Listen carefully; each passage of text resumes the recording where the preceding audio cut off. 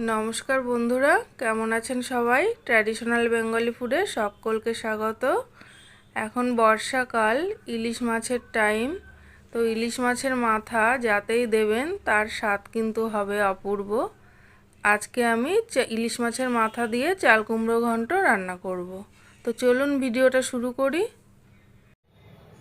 প্রথমে চাল কুমড়োটা ভালো করে কেটে নেব সরু সরু করে।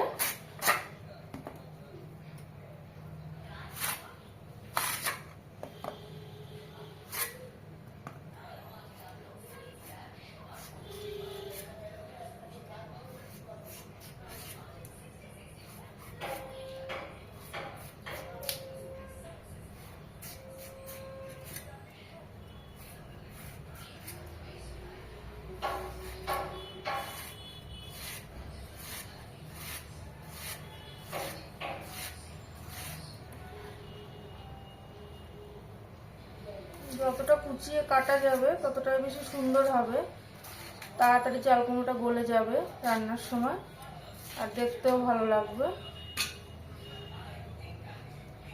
কড়া গরম হয়ে গেছে, মাছ ভেজে নেওয়ার জন্য কড়াই দিয়ে দিচ্ছি সর্ষের তেল। তেল গরম হয়ে গেছে, এবার মাছের মাথাগুলো ভেজে নেব। আগে থেকেই আমি ইলিশ মাছের মাথায় লবণ আর হলুদ মাখিয়ে রেখেছি।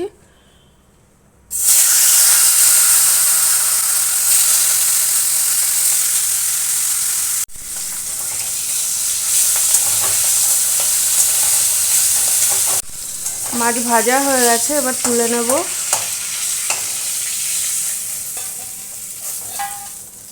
মাছ ভেজে নেওয়া ওই তেলের মধ্যে দিয়ে দিচ্ছি তেজপাতা, আর দিয়ে দেব ছোটো চামচের হাফ চামচ মতো গোটা জিরে ফোড়ন। ফোড়নটা একটু ভাজা ভাজা করে নেব। এবার দিয়ে দিচ্ছি ডুমো করে কেটে রাখা আলু। আলুটা খুব ভালো করে ভেজে নেব। দিয়ে দিচ্ছি লবণ, আর দিয়ে দিচ্ছি হলুদের গুঁড়ো। আলুটা ভালো করে ভেজে নেব। আলুটা ভালো করে ভাজা হয়ে গেছে, এবার আমি এতে সামান্য একটু জল দিয়ে দেব। এবার দিয়ে দেব হাফ চামচ মতো জিরের গুঁড়ো, ছোটো চামচের হাফ চামচ মতো জিরের গুঁড়ো দিচ্ছি। একটুখানি নাড়াচাড়া করে নেব। মশলাটা একটু কষিয়ে নিয়েছি, এবার এতে দিয়ে দেব কেটে ধুয়ে রাখা চাল কুমড়ো।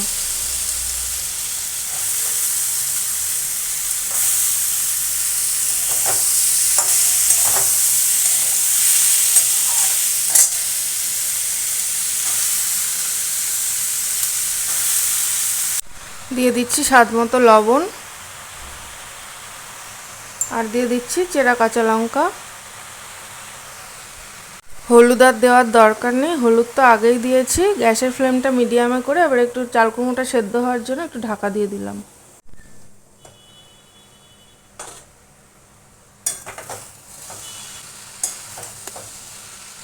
চাল কুমড়োটা অনেকটা সেদ্ধ হয়ে এসেছে, এবার আমি মাছের মাথাগুলো দিয়ে দিচ্ছি। চাল কুমড়োয় আমি কিন্তু কোনো জল দিইনি, চাল কুমড়োর ওই জলেই চাল কুমড়োটা সেদ্ধ হয়ে গেছে। একটুখানি নাড়াচাড়া করে দেবো।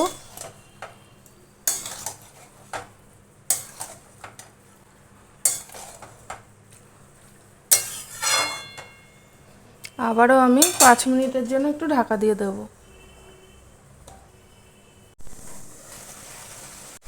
চাল কুমড়োটা একদম মজে গেছে, এবার বন্ধুরা একটু হাফ চামচ মতো চিনি দিয়ে দিচ্ছি। চাল কুমড়োয় এখনও অনেক জল রয়েছে, জলটা ভালো করে টানিয়ে নেব।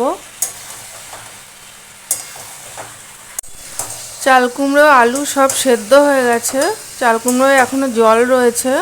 এই জলটা টেনে যাওয়া পর্যন্ত একটু নাড়াচাড়া করে নেব।